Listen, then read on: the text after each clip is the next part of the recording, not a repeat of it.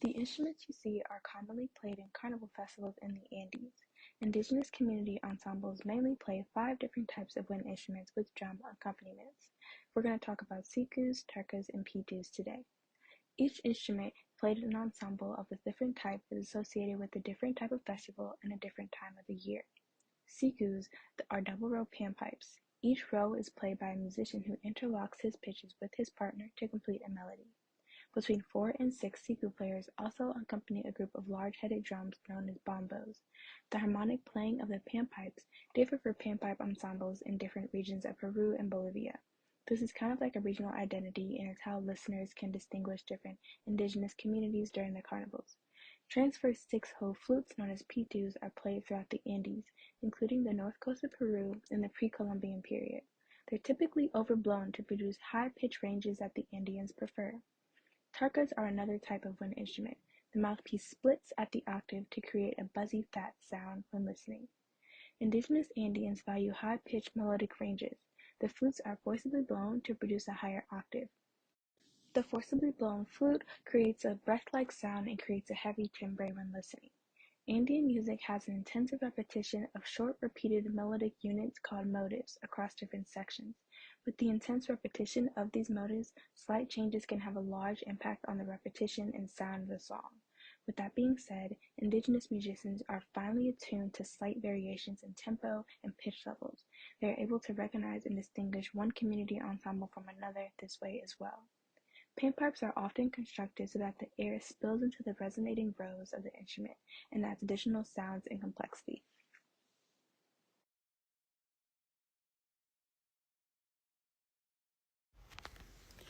I will be focusing on the cultural and social dynamics of 3 different cultures within Peru during the start of the use of the Peruvian panpipes, also known as the siku, intara, and the zampoña. Those 3 cultures that I will be focusing on is the Nazca culture, Mochi, and Paracas.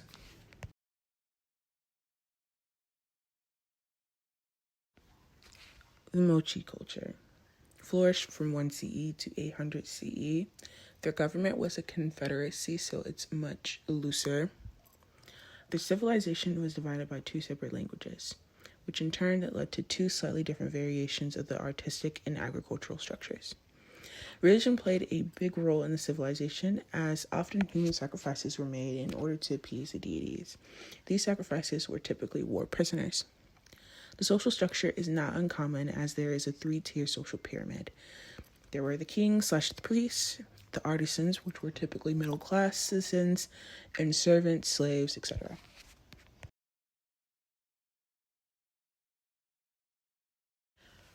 The Paracas culture. This culture flourished from 700 BCE to 200 CE.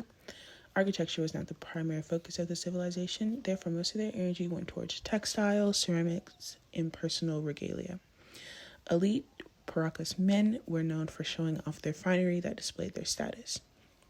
Textiles seem to be one of the most important factors in burial, as the type of clothing worn signified one's purpose in the afterlife.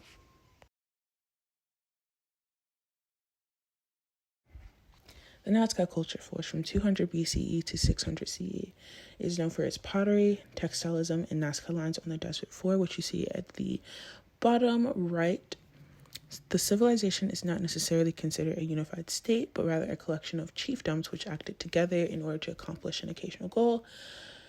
Even though it was a collection of chiefdoms, it wasn't necessarily considered a confederacy like the Paracas.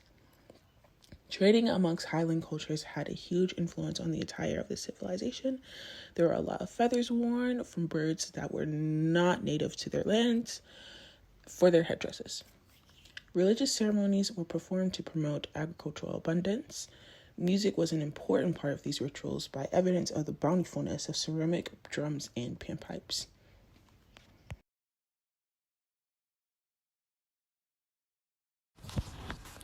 Today I'll be speaking to you on the expressive impact of panpipes and percussions.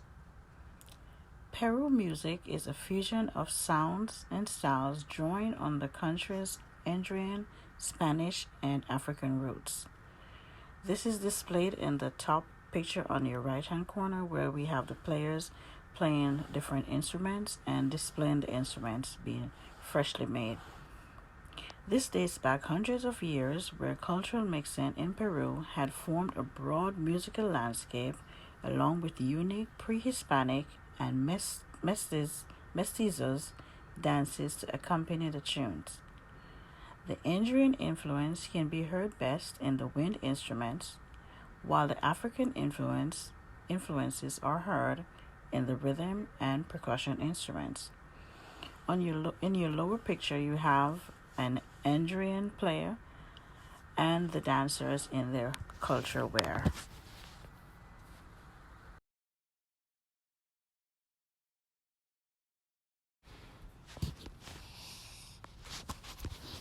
Peruvian music using panpipes. The earliest known images of panpipes appear in drawings of animal dances from Catal Hubuk in Antioch, dating from the 6th millennium BCE. Each tune was made by blowing at different pitches into the pipes. Before the mid 16th century, winds and strings were largely interchangeable. After that time, however, some wind instruments began to establish their own autonomy. Usage of the wind instruments were very prominent in the classic era with Beethoven, the Baroque with J.S. Bach, and the Romantic periods with Johannes Brahms.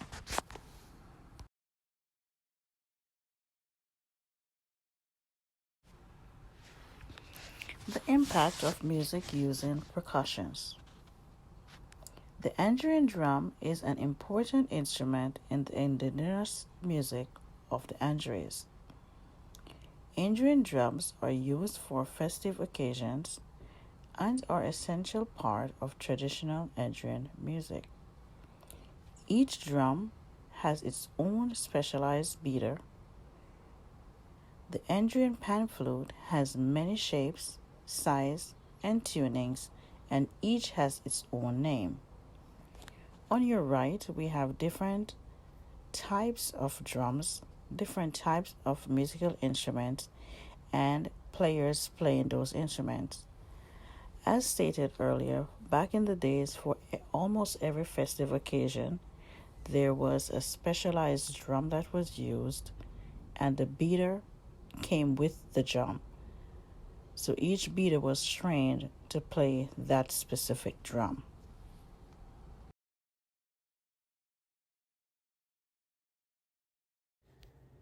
Compared to a drum, a panpipe is a complex twin instrument. It involves maintaining a breathing technique that allows you to properly create and maintain a rhythm. For example, at the start of this song, the person or group can be heard blowing into the mouthpiece at different intervals and covering the holes of the instrument with their fingers in order to create different tones.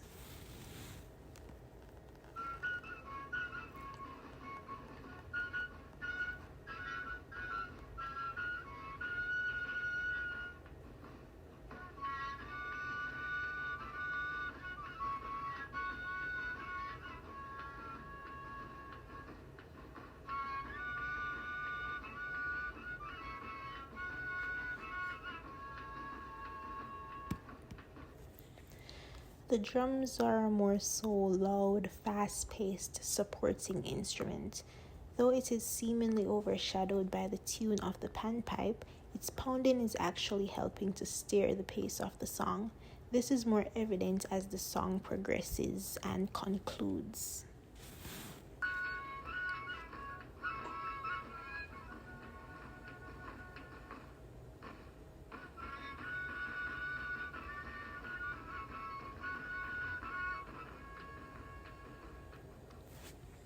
This unique way of music was the Peruvians' way of worshipping their deities and telling their stories.